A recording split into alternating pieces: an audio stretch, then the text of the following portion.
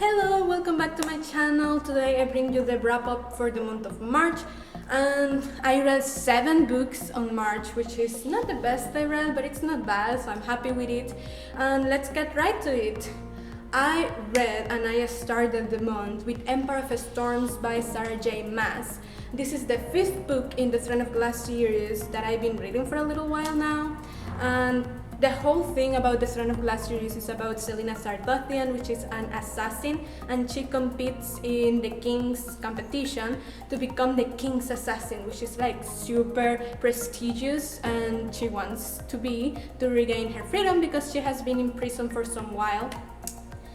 And obviously we have moved from that now because it's the 5th book in a series, and I really like how everything has been moving in the series. From the first moment that the book starts and the series starts, you get a glimpse of what it's gonna become, this world. Like just little glimpses of everything that Maas has planned for us in the series, and I love seeing all of that come into fruition and seeing it build up and actually, oh yeah, I remember this happened in that book and it's happening now here, and this is why it's happening, and it's so rewarding and I just completely love it. Oh my god, let's talk about this book though, because yeah, Empire of Storms, it's a huge book. It really is huge, and the last books that Maas has written have been huge, but I really enjoy a big book, and this is just, I love it. I specifically love how all the characters have their journeys during the book, and all the characters have a journey that they go through the book, and it's so touching the way that Maas touches and talks about all these important things, and like something that happened 3 books ago, it's just still having repercussions in the characters, which I think is something super natural and super normal. I love seeing that, how they are still dealing with a lot of trauma and how that affects what they do. I love every character. I think probably the character journey that I loved the most was Manon or Ildi. I don't know if I'm pronouncing the names right, but that's how I pronounce them. Yeah, Manon or Ildi, because I don't know, those 2 girls just get to me, and I cried in every single one of them at least once because they are so deep. Maas goes so deep in each of her characters, and it's really something to behold.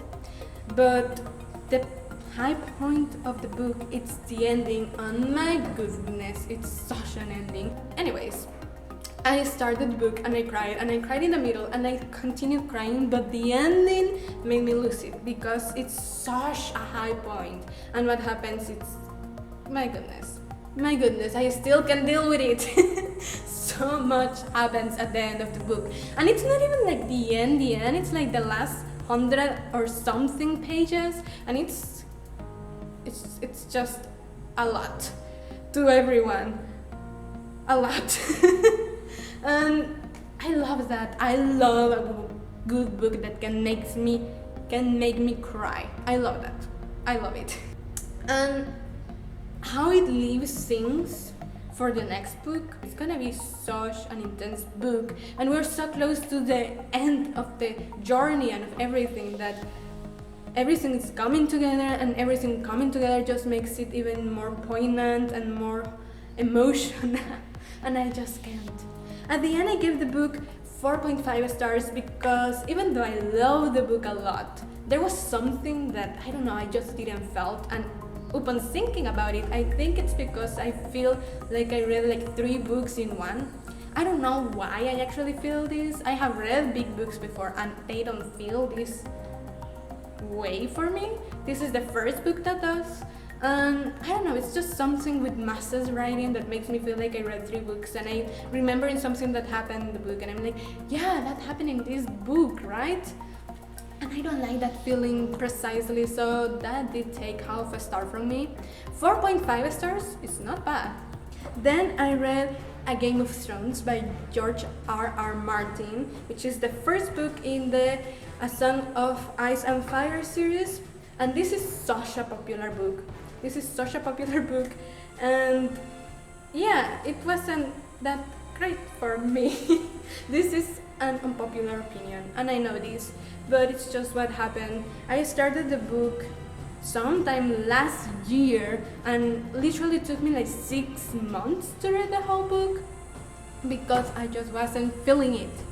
And it's so sad to say this because I have such high hopes for the book. How not to do with the popular TV show out there and everyone raving about the books. But yeah, I started the book and I was not gonna be reading a lot of it. I was just, I'm just gonna read a little bit, see what I think about it. And yeah, I didn't felt it. It was so hard. It took me half the book to actually be like, okay, I need to finish this. And it's a huge book. It's almost 1,000 pages. So 500 pages in, and I'm just getting like, okay, I can do this. That's sad. That's sad for me. I almost DNF'd the book twice, but I'm not big on DNFing, and I decided I need to give it a try, a good try. But at the end, I finished it, so I feel proud of myself. And yeah, one of the things that was hard for me is that the characters are really morally gray. Most of them, I think you find like one or two that are not so gray. But I was looking at the beginning for that one hero that you just know that it's in every story, the hero that it's always good and that you connect with because he's trying to do the right thing. And I was looking for that character and I couldn't find it anywhere, and I felt very disappointed. I also didn't like how some things were handled at the beginning. It took me having several conversations and actually analyzing the story and realizing it's not a book about heroes, it's a book about people that are gray in all the ways. And yeah, I don't really think that I need to talk about what this book is about because everyone knows Game of Thrones. But yeah, it's just political intrigue, and we have a lot of political intrigue about the kingdom. Something terrible has happened and we need to figure out what it is. It just wasn't enough of a mystery for me to actually hook me. But at the end, I did end up liking the Starks. I have to admit that. Though it took me a good while. The ending, though, it's starting to look like it's gonna be something a lot more intriguing, and I like that. Anyway, something that I did appreciate about the book, it's the way that Martin introduces all the storytelling about his world. And he created such a world. I have to admit that. He really created a world that it's magnificent and so detailed, but I really love how he is introducing everything to us. In most books you see like the people is thinking about it, or like they know a lot of history and they are randomly thinking about it, which is okay, but like I never think like that, so it's a little weird. But he doesn't. He introduces stories, and through fairy tales, through memories, in moments that are actually appropriate for people to be remembering things like that. So I feel it's very organic, very natural, and I really like that. I gave the book 3.5 stars because of the huge struggle that I had, and yeah, it was just disappointing at the end, which is completely sad. I also read The Assassin's Blade by Sarah J. Maas, and this is the compilation of the novella stories in the Strand of Glass series. So you have a lot of things happening before the start of the series, Strand of Glass, the first book, and you follow Selena through several things that happen, and I'm not gonna really touch upon them because spoilers, but they were entertaining. There are 5 stories, so yeah. The beginning is a little slow for me, I don't know. Yeah, they are important, they introduce some important characters, but they were a little boring if I have to be completely honest. I didn't quite enjoy them. I was like, oh, I want to get done with this and continue with the next. So the first 2 stories were kind of boring for me. The third one, it's definitely my favorite, which is The Assassin and the Desert. And I loved it. I love the characters and everything that happens in that. It's just so, it touches me and I love it. And the last 2 stories were something else, definitely. I really enjoyed them, and they close so you can know exactly what was going on in Selena's life before everything changed. I really like it because we also didn't get to see a lot of that Selena of before everything happened, and we get to see that now, which is incredibly interesting and I really liked it. And I really like seeing all her trauma and how she's dealing with it, and it's a lot mentally inclined. I think there is where the most poignant things are happening more than the facts and situations that are arising. It's what she's going through mentally and psychologically more than anything else, and I really like seeing that side of things, and I really like how Mass deals with all of that. I also like that the novellas are relevant for the world. Sometimes novellas are just like something that it's already explained in the main series and you just get like to see it happening, but that they don't really add anything to the story. And these ones, they definitely add a lot to the story, and I really like that. I gave the book 3 stars because, as I said, the first stories were a little boring, but it's interesting and I definitely will say that you need to read it. Probably and preferably after the 3rd book, Heir of Fire, but yeah, you are free to read it whenever you like it.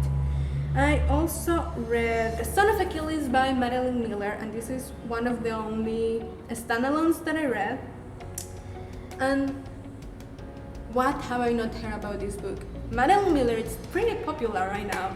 I've been wanting to read The Son of Achilles for a while, but I hadn't gotten around to it. And this is a book that I chose at random to read, and it really worked out in a way. I did enjoy it. And so yeah, The Son of Achilles, it's about Achilles and the Iliad, you know, the whole Trojan War and everything that happens, but basically we follow the life of Achilles and Patroclus, which was his friend. Yeah, that's the story. But it's, and this is the thing that I really loved, it's narrated from Patroclus's point of view, which I didn't know when I started the book. I mean, it is called The Son of Achilles, so that was a little misleading, but I did like hearing from Patroclus. It was really interesting and seeing everything from Patroclus's point of view. I really enjoyed it. Though at the beginning I was a little disconcerted because I really thought we were gonna get Achilles from the beginning, and I did start the book for Achilles. But it was interesting seeing Patroclus. I fell in love with him. I really liked him as a character. It was also very interesting that in this book that it's all about heroes and gods and all these legends. We have Patroclus, which didn't like to fight and wasn't a fighter. He wasn't a soldier.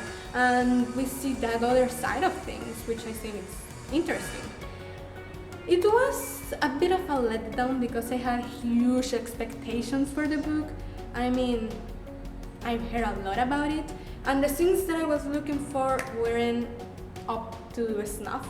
It was okay, it was fun to read, I had a good time, but the part where I really thought I'm gonna lose it here did not occur. One thing I really did like, it's the way that Miller describes the gods and the heroes, which is in their nature, they were very cruel, they were very selfish, and they were basically an incarnation of all the bad things that you can think about. And I really like that she didn't try to soften that reality, she just went with it and she made it real, and I really like that. Another thing about this book is that it has a weird storytelling. The way that she writes the book, it's a kind of mash between old and new, with some new words but old wording, and I don't know, it was very off-putting for me. It was very weird and I didn't know what to do with that, and I gave the book 3 stars because it was kind of weird. Then I read a comic, and I like reading comics a lot to like change the pace a little bit. So I read Seeking the Truth or Through Lia's Eyes, and this is the first volume in so far a series of 2 volumes. I found this comic completely by accident because I was not looking for it, and I just saw the cover and I was like, ooh, that looks interesting. And then I read the synopsis and I was like, ooh, I can get into this. The book, it's about this girl, Laia, who is paraplegic. She lost the use of her legs after a car accident, and she's now looking for the person that made her like this because it was a hit-and-run accident. But at the beginning, when I read the synopsis, I thought it was gonna be with her adjusting to the loss of her legs, and to being a paraplegic and how that it affects her psychologically and all that. And I thought, ooh, this looks good because I love a good drama. But it was nothing like that, and I was sorely disappointed. The art is pretty, so that's a good thing about the book. It's a comic, so it's very important to me. And the art was nice, but the story was just too expositive for once. We definitely could figure out what was happening. We didn't need all the exposure, but it happened. And even though it wasn't as predictable as it could have been, it was just a story that you have read probably 100 other times. It did not have a lot of original ideas, and that was kind of sad. I gave the book though 2.75 stars because it really let me down and it was very disappointing. Oh, the gem of this month. It's Daisy Jones and the Six by Taylor Jenkins Reid. I actually heard the audiobook for this book, which I think is perfect because of how it's narrated in interview style. And Daisy Jones and the Six, it's about this 70s band, and we get to see how they came up, how they form, and how they disbanded, and what happens, and all the tea and all the drama. So if you are looking for that, this is perfect. And yeah, it's just music and a band and a lot of drama and interviews and a lot of different points of view, and you get to see the same event happen in 3-4 different points of view, which really brings up the unreliable narrator kind of thing, which I really liked. It was very fun trying to discern what was true, what wasn't, and what really happened at the end, and that's something really fun with the book. But the revelation at the end of the book just left me shocked. I was reading the book and I was like, oh, this is good, but it still needed something for me to be like, what everyone is talking about, that it's so good. And then the revelation happened and it's just so good. It really changes everything that happens in the book. And my god, I'm still reeling from it, and I read it like 3 weeks ago. No, actually 1 week ago, so yeah, it was really good. I gave the book 5 stars because it was really, really good and it blew my mind away. The last book I read on March, it's Fortuna Sworn, the first book in Fortuna Sworn series by K.J. Sutton.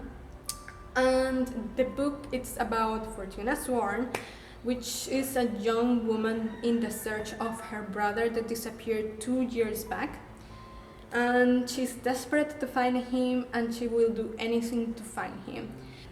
And it's a very dark book, I will tell you that. It's very dark. I have trigger warnings for torture, kidnapping, cannibalism, abuse, and you can make an idea of what the book is about with that. It's dark, it's twisted, and it's so good. It's really short as well, so you get action from the beginning to the very end. And that's something I love. We don't waste time just doing nothing. But the real gem for me of this book, it's the character journeys from the two main characters, Fortuna and Colette, because in this book nothing is as it seems, and that's a very important thing to remember. And we see this girl and this guy, and what we discover about them, it's really mind-blowing. While I was reading the book, I was not even halfway through and I was already so confused in a good way because it's just so twisted that I didn't trust anything anymore, and I was sure that everything I was seeing was not what I was seeing, and I was just in high alert. And it's a book that really messes with your mind because everything that you are seeing, it's very psychological. That's something that I want to point out. It's very psychological more than physical, though there are physical things, a lot it's psychological, and I really like that. I like something psychological, just to get in the mind of someone. I don't know, it's something I really enjoy, and it's very psychologically dark as well. I ended up giving it 4 stars. It was good. It was a good reading month all in all. 7 books, some disappointments, but a lot of good books. Just tell me down below if you have read any of these books and what you have thought about them, and let's start a conversation. I really want to see what you think about them. And yeah, just talk with you guys. I hope you enjoyed the video, and if you like it, give it a thumbs up and comment down below and subscribe if you haven't already. I have a lot of fun sharing this with you, and I'll see you next week. Bye!